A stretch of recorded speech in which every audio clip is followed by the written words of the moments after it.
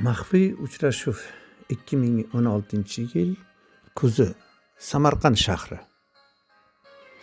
Putin sal ko'zini qisib, qora choydan so'ng Miromonovich, o'sha Islom Abdug'aniyevich ketdi. Hozir xalq hayron, el holi nozik. Sizga taklifim bor. Maxfiy, lekin katta imkoniyat beradi. Mirziyoyev qo'llarini qovushtirib, bir yutinib olib so'z boshladi. Tinglayapman, Vladimir Vladimirovich. Sizni diqqat bilan so'zlaringizni hammasini tinglayapman. Ha, davr o'zi juda nozik. Putin choy qoshig'ini shashkaga urib.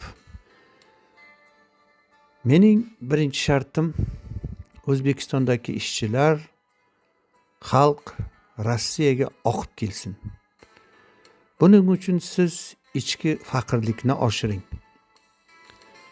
Mardikorlik yangi siyosatga aylansin. El O'zbekistondan ketsin, bizda ishlasin.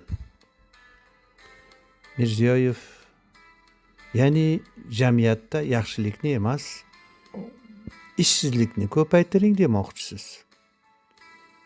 Putin, aynan shunday. Kasalxonadan ko'ra O'zbekistonda emas, Rossiyada avtobusda o'lib qolsin.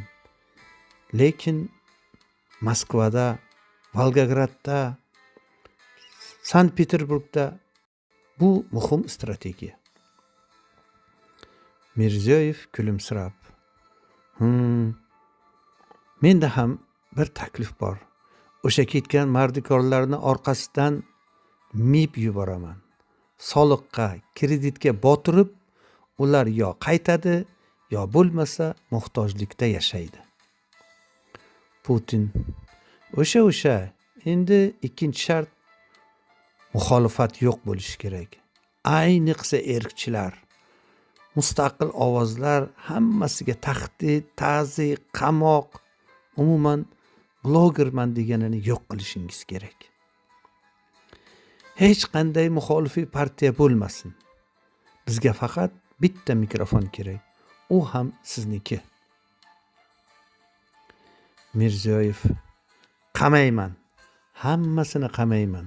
Har yili bir ikkisini terrorchi qilib chiqaraman. Internetda men bo'lib ketsa ham farqi yo'q.